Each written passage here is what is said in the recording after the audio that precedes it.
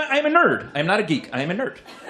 And what's the difference? You're probably asking, what's the difference? Actually, I have a Venn diagram to show you the difference. I'm one of the few comics working in Venn diagrams.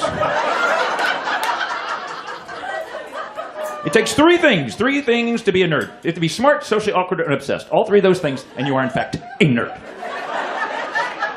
Geeks, on the other hand, they really are just smart and obsessed, because they're like into comic books, comic book geeks, Star Trek geeks. They get dressed up, they do cosplay, they go out and they intermingle. Not nerds. We stay at home and don't do anything.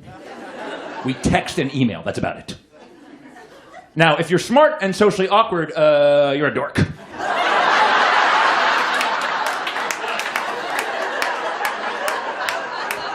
And nobody wants to be a dork. So if you're a dork, you just get obsessed and you move into the nerd region. That's smart. And if you're socially awkward and obsessed, you're a stalker.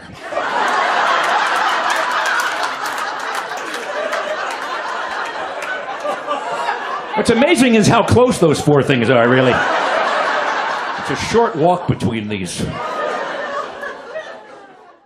So these are my tech peeves. These are things that annoy me because it's 2016. Let's fix this stuff already. These are not the big things. These are little bitty things that should be able to be true. The first one, why is printer ink so damn expensive?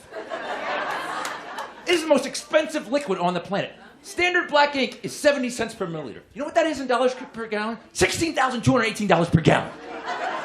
Oh my God. Do not paint your house in magenta. It'd be very expensive. Let's compare this to other liquids. Human blood is 38 cents per milliliter. The essence of human life is cheaper than printer ink. That is so wrong. Look, penicillin's cheaper, vodka, Red Bull, but crude oil is 1/10 of a cent per milliliter. They gotta drill a mile down, and it's cheaper than printer ink. Where the hell are they getting printer ink? The core of the earth? Why is it so expensive? And when I saw this, my very first thought was, screw them. From now on, I'm printing in blood. That's what I'm doing. I just got an IV right from my arm, right to the back of the printer. See?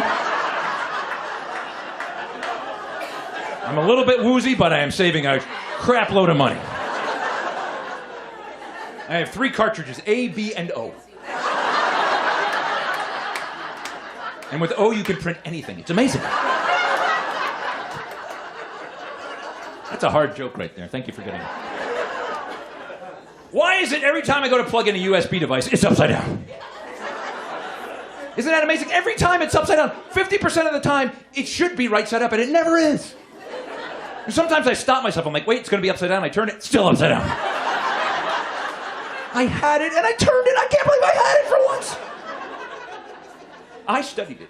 It is actually upside down 78% of the time. It's correct 3% of the time, and it's upside down either way 19% of the time. It actually reconfigures. It turns when you turn. There's a gyroscope in there.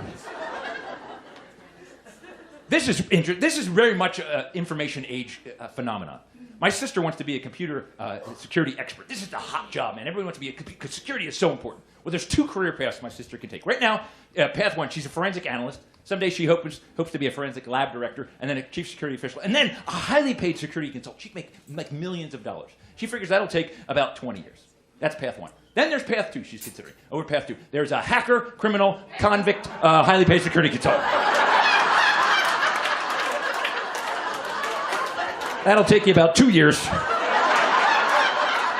14 months with good behavior. How the hell does that happen?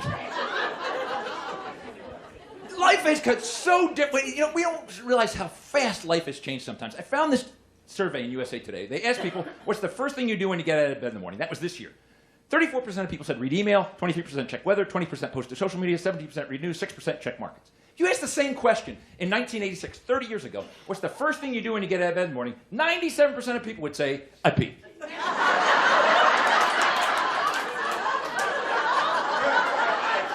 I get out of bed, I pee. That's usually what I do. 3% of people would say, I change the sheets because I peed in them.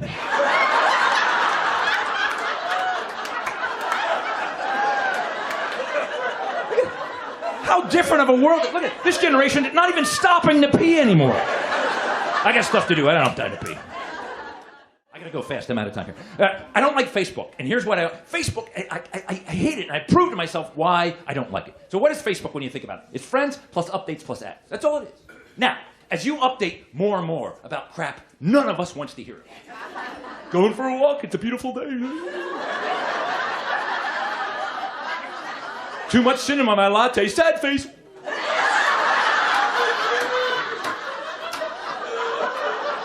You are annoying the hell out of people. So what happens? Your friends start to drop off.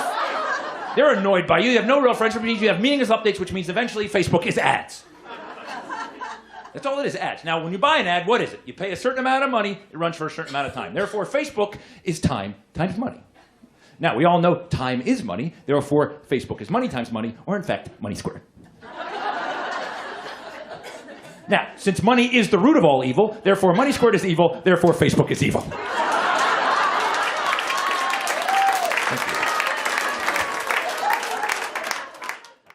Now, my wife, one of the things for years she complained, I didn't want to go shopping with her. You don't want to go shopping? You want to hang out with me? You don't spend time with me. I'm like, I can't go shopping with you. I don't shop like you. I get weak. My knees buckle. You shop for days. You take supplies. It's ridiculous. And she goes, no, you just don't want to hang out. No, and I couldn't prove to her how differently I shop because she can't be with me when she's not with me. So I got a GPS tracking unit and I tracked our shopping trips separately. To show her how she shops versus how I shop. Okay? So I went first. I needed a pair of pants. So there's the Gap. I'm going to the mall, need a pair of pants. Here's how I do it. Don enters the mall, takes a left, take a right, buys the pants, take a left, take a right, goes home.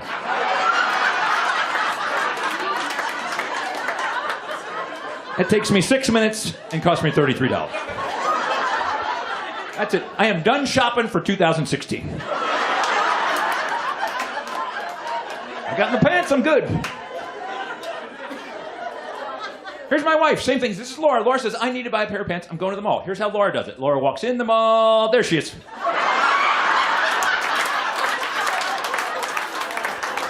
3 hours, 26 minutes, $876. And look, she never got to the Gap. Look. She's got to go back tomorrow. I don't know how many times she said to me, oh, I went to the mall and I forgot to buy my pants. Oh, dopey me. So I've been doing this chart for a while, and my wife finally got back to me. She's a very smart lady, my wife, and she said, you know, you're not asking yourself the right question on that mall chart, mister. Ask yourself, who's the more efficient shopper? In a cost per minute basis, you, Don, spent $33 in 6 minutes. That's a cost per minute of $5.50 per minute. I, Laura, spent $876 in 206 minutes. That's a cost per minute of $4.25. I kicked your ass.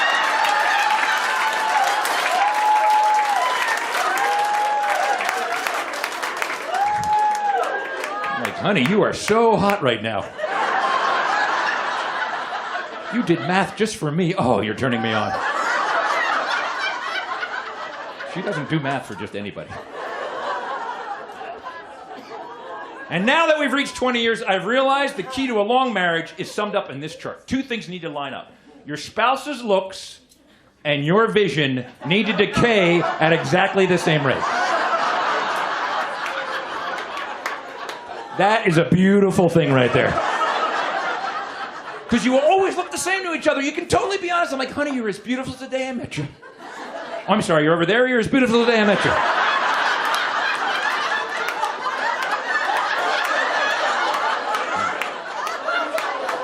You need to make more noise when you move. Are you still in the room?